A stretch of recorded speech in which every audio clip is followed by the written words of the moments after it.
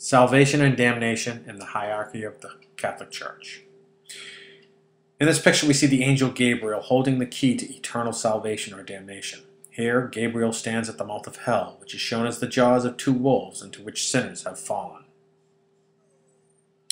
During the Middle Ages, the existence of God was accepted as fact. The ultimate goal of Christian belief was salvation or saving.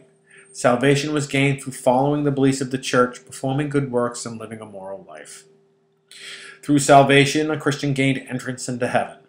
Christians believed that heaven was a paradise where they would live forever without desire or needs, in the presence of God, the angels and saints, and all other saved souls. Saints were Christians who had lived especially holy or important lives and were believed to hold a special position in heaven.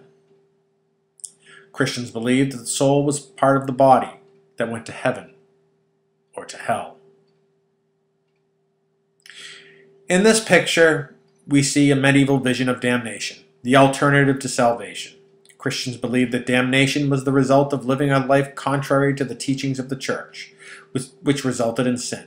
Sin was considered a turning away from God. A soul that was damned was banished to hell, a place of eternal suffering. In hell, the devil ruled over damned souls, torturing the bodies of the unrepentant.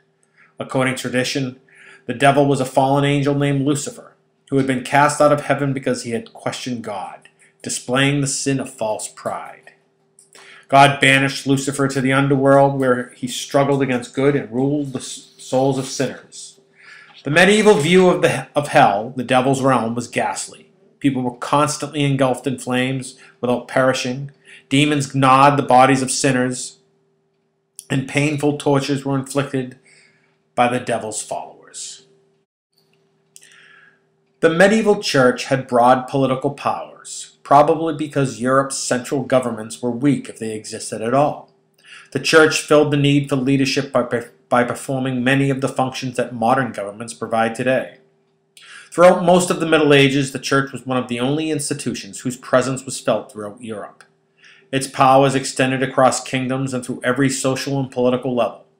The church was also a great economic force during the Middle Ages. By the 1100s, the medieval church was one of Europe's leading landowners, and many of its leaders were powerful feudal overlords.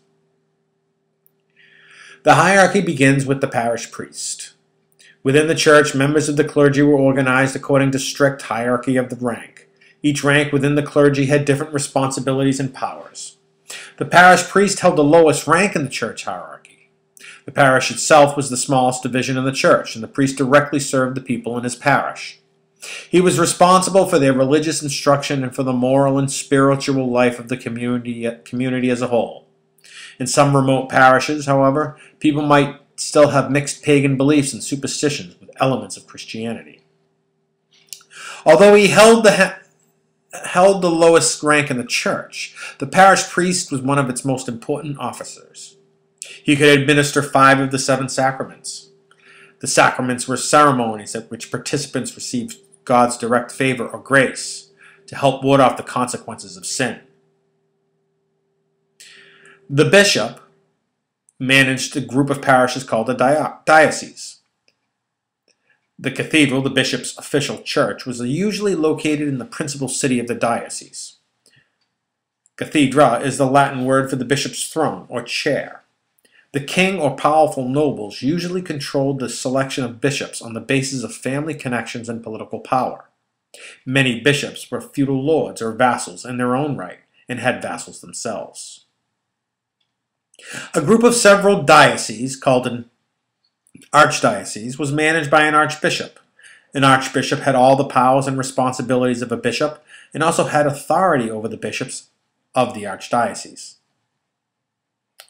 The Pope held supreme authority in the church. The Pope was advised by the Curia, a group of counselors drawn from the highest ranks of the clergy. The Curia's most important and powerful members were cardinals, the princes of the church, who advised the Pope on legal and spiritual matters. From the late 1100s on, only cardinals could elect the Pope.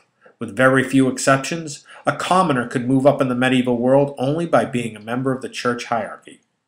A man of great ability, regardless of birth, could rise to great heights within the church, although this did not happen often.